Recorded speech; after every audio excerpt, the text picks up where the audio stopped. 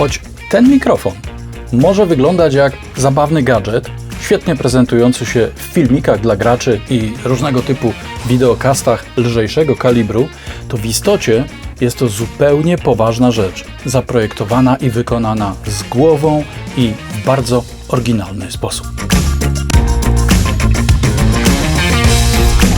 Tomasz Wróblewski, 0db.pl, Twój poziom odniesienia. Co tydzień znajdziesz tutaj nowe testy, porady i prezentacje z zakresu produkcji muzycznej i Pro Audio. Zapraszam. Firma Fifine już zdążyła wyrobić sobie markę producenta relatywnie niedrogich, nieszablonowych urządzeń dla pod- i wideokasterów oraz graczy. Nie podąża przy tym ścieżką powielania już istniejących rozwiązań, ale rozwija własne koncepcje, często wykorzystując najnowszą technologię, tak jak w wypadku mikrofonu AmpliGame.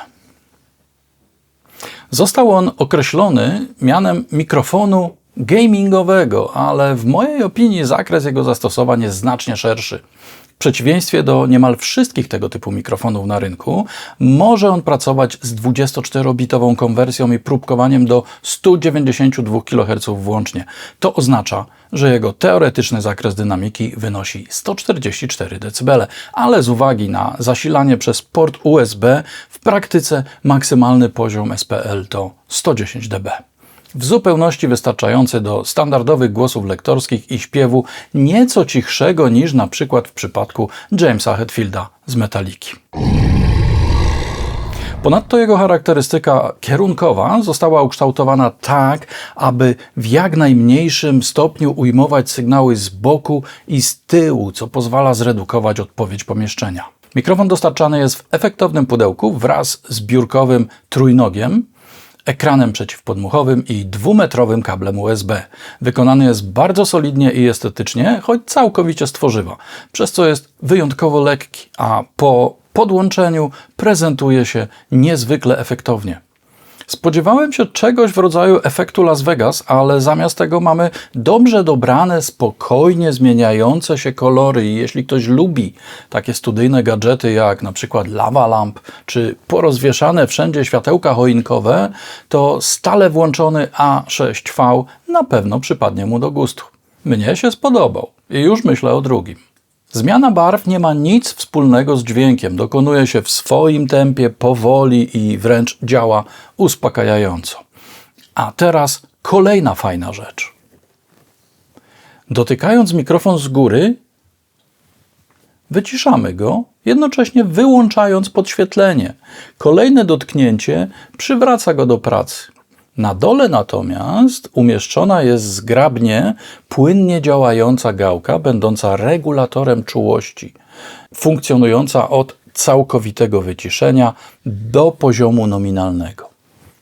Ten szacowany jest na minus 40 dBV, czyli 10 mV na Pascal. To czterokrotnie więcej niż w typowych mikrofonach dynamicznych typu ESM57 i dwukrotnie mniej niż w studyjnych pojemnościowych mikrofonach wielkomembranowych, czyli w sam raz. Tym bardziej, że nie potrzebujemy przedwzmacniacza. Mikrofon jako wejście USB audio od razu zgłasza się w każdym programie do obsługi dźwięku. Odsłuch tego, co nasz mikrofon odbiera, trzeba jednak realizować programowo za pośrednictwem wewnętrznego przekierowania w komputerze. Wszystko bardzo przejrzyście opisano w dołączonej instrukcji obsługi. Wprawdzie po angielsku, ale dzięki ilustracjom da się zrozumieć, co i gdzie trzeba kliknąć. A6V zaskoczył mnie pod każdym względem. Pozytywnie. Ma elastycznie zamocowaną kapsułę elektrytową, pracującą w ciekawie skonstruowanym otoczeniu akustycznym, formującym optymalną charakterystykę kierunkową. Ale najbardziej zaintrygowała mnie elektronika. Oparto ją na procesorze Solid State System SSS 1700, który pojawił się na rynku raptem kilka miesięcy temu.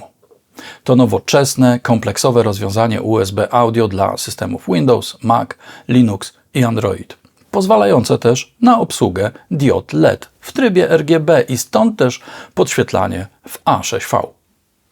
Oczywiście użycie tego chipu w mikrofonach USB z podświetlaniem to nie jedyne jego zastosowanie. Głównym odbiorcą będą producenci zestawów nagłownych, systemów rozpoznawania mowy i całej gamy współczesnej interaktywnej elektroniki sterowanej głosem i reagującej światłem. Przy okazji warto też wspomnieć, że regulacja czułości mikrofonu dokonuje się cyfrowo, zatem nie grożą nam pojawiające się z czasem typowe dla budżetowych rozwiązań analogowych trzaski czy szumy towarzyszące kręceniu potencjometrem. Poziom szumów własnych toru konwersji to minus 93 dBu, a ważone, a zakres regulacji czułości wynosi 77 dB od całkowitego ściszenia do wartości maksymalnej. Mikrofon raczej powinien pracować na dołączonym trójnogu lub na statywie z możliwością jego wyginania, ponieważ nie można go obrócić w jego własnym uchwycie. Ma za to fantastycznie działającą zapadkową regulację kąta pochylenia. Dlaczego tak niewielu producentów mikrofonów o tym pamięta? Nie ma natomiast redukcji gwintu do typowego stosowanego w większości statywów. Filtr przeciwpodmuchowy można zdjąć, a ponieważ jest metalowy, z łatwością poddaje się wszelkim zabiegom higienicznym. Pobór prądu nie przekracza 50 mA, zatem mikrofon działa na każdym USB. Czas na porównanie. Mamy tu dwa mikrofony Fifine A6V AmpliGain oraz MXL 2006. Ten pierwszy nie tylko świeci, ale też można go podłączyć bezpośrednio do komputera przez USB. Ten drugi ma typową kapsułę pojemnościową, wielkomembranową, wymaga zewnętrznego przedwzmacniacza, zasilania fantomowego i przetwornika AC, czyli tego, co na ogół znajdziemy w każdym interfejsie audio. Do stojącego na trójnogu mikrofonu mówię na wprost z odległości 15 cm i z użyciem filtru przeciwpodmuchowego. Teraz obracam go o 90 stopni, aby sprawdzić, jak reaguje na dźwięk dochodzący z boku.